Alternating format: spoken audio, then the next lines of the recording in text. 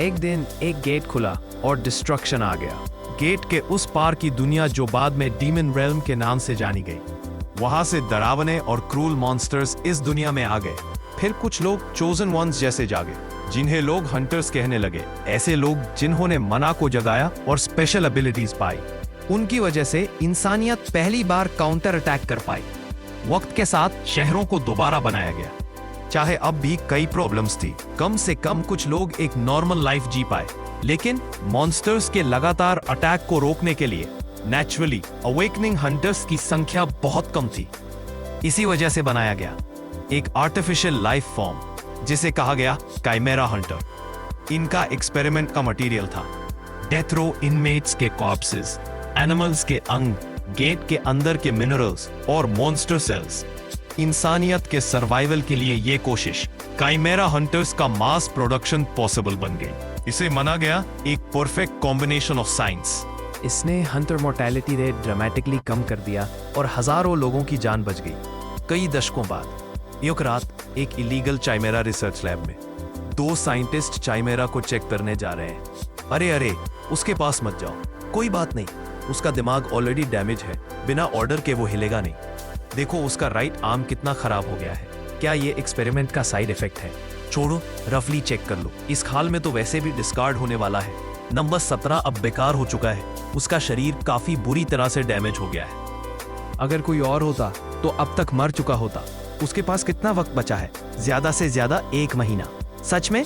तो उसे gate blockade operation में भेज दो। जब हंटर्स वापस जाएं, उसे रियर गार्ड बना दो, लेकिन उसमें रिटर्न कमांड मत डालना। गेट के अंदर डीमन रेल्म में रॉकी माउंटेन रीजन में हमारी किमेरा अपनी आखिरी लड़ाई लगातार लड़ रही है। एक ही अटैक में इतने सारे मॉन्स्टर्स का विनाश कर देना, जैसे कि उम्मीद थी एक S क्लास किमेरा हंटर से। रेड गेट का डिसअपीयरेंस सिग्नल कंफर्म हो गया। ठीक है, रिट्रीट। सब लोग गेट के थ्रू बाहर निकलो। रुको, क्या हम उसको नहीं ले जा रहे? छोड़ दो उसे। उन्होंने कहा था उसे वापस मत लाना। वैसे भी बोला गया था कि उसकी लाइफ स्पैन खत्म हो चुकी है। मुझे थोड़ा बुरा लग रहा है। अगर वो नहीं होता तो इस बार डैमेज बहुत ज्यादा होता। लेकिन बेकार की चिंता क्यों करनी? तुम जानते हो ना, वो लोग लगभग इनऑर्गेनिक जैसे हैं, बस ऑर्डर्स फॉलो करते हैं अपने मास्टर के। वो मॉन्स्टर्स हैं। चिमेरा को कमांड मिलती है। इस मिशन का मकसद है हंटर्स के रियर को सिक्योर करना, समझे? और कुछ नहीं। जब मिशन खत्म हो जाए, इसका मतलब है कि तुम्हें वापस आने की जरूरत नहीं है। उस दिन चिमेरा हंटर नंबर 17 के मिशन रिजल्ट्स था hunters death 0 and total monsters death 1823। मौत के पल में नंबर 17 के दिमाग में उसका एक भूला बिसरा पास्ट धुंधला सा उभरने लगा। ये सच कि वो कभी एक पूरा इंसान था और कि उससे 9 साल की उम्र में किडनैप किया गया था। उस याद के साथ उसकी पूरी जिंदगी का एक पैनोरामा उसकी आंखों के सामने घूम गया।